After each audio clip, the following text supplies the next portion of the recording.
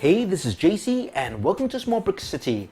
A couple of videos ago, I showcased my design for an old Lego church and also showed its improvement.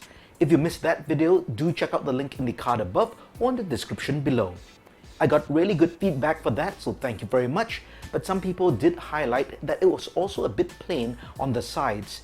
Brick Bakery and Tom Rex both pointed out that there could be a bit more texture in creating this particular old church, since it's supposed to be an old weathered church. So I took that feedback and thought about how I could give a more textured and weathered look to my old church, but still retain the essence of the design. So it's more of a modification than a rebuild. And this is what I came up with. I thought I'll do a quick video to show you my approach so that you can apply it for your own buildings to give it an old weathered look. So here's the church, and the main thing I've done, there are two things really, and one is the side of the build right here. What I did was to add masonry bricks as well as these plant parts with a stem put inside.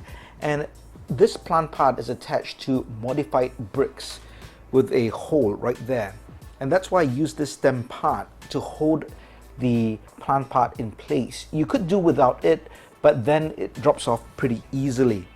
Now what I'd like to call your attention is the design and kind of the pattern for the masonry bricks.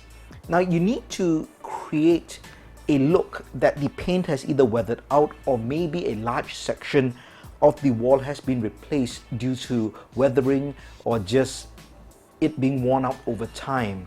Now notice the masonry bricks here. These are the light gray ones, and I've just put a few staggered ones.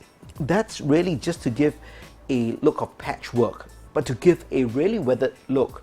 When you apply masonry bricks, you want to create a continuous random pattern that's linked up like this. So it almost looks like water leaked from the roof, came down the wall, and therefore either discolored it or caused the paint to drop off, and then for these crawlers or creepers to grow on the wall. So that's how I thought about it to create this effect. I also chose flesh-toned masonry bricks and not gray bricks, because I think gray bricks are like concrete or stone, but this looks like a raw brick underneath the white paint. So that's why I chose this particular color. I also think a dark tan brick will also work, but for contrast, this is what I chose. I applied the same technique over here on the front, but with a smaller patch and a smaller plant part. And that's just to break up this wall over here. For the other side, I did two things. I did the same technique for the wall, but in two areas. One large area over here and a smaller area over here. But notice what I did for the roof as well. The roof is predominantly black, but for this section I switched out a lot of the black for reddish brown, including the long plates underneath here. And again, this is to give the idea of either discoloration or the replacement of the black roof tiles for brown ones. So it could look like patchwork.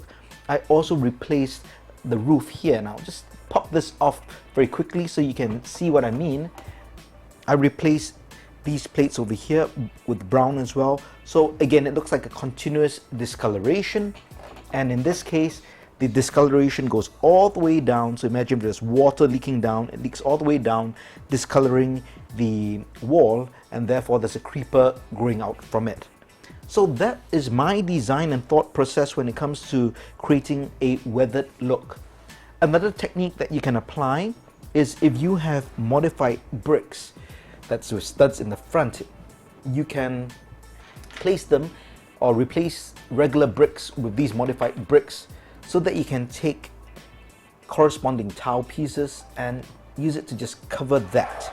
So if I had more of this would give a much more weathered look. It's a bit like how the old fishing store set creates a weathered look with all the different tiles.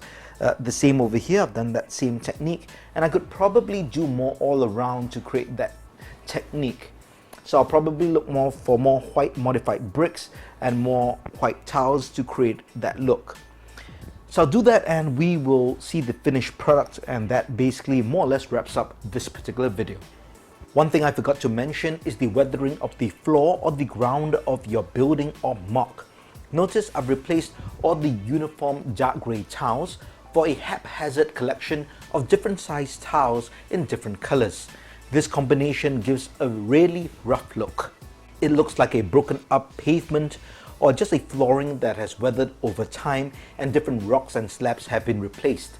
There are even some cheese wedge pieces. So anytime you're trying to create an old weathered look, don't forget the flooring and use this technique to create a very old look. As you can see, I've added in a bit more of these tiles randomly in different lengths and all over the place, and I think it just adds to the whole weathered look as well. If I get more of these modified bricks in white, I'll be able to add more and they'll really make it look weathered, and maybe I'll do that for the next update. I hope you enjoyed this video on how to weather a Lego building to make it a bit old and dilapidated. If you liked the video, please give it a thumbs up, and if you haven't, please subscribe to the channel. Thanks for watching. Talk to you soon.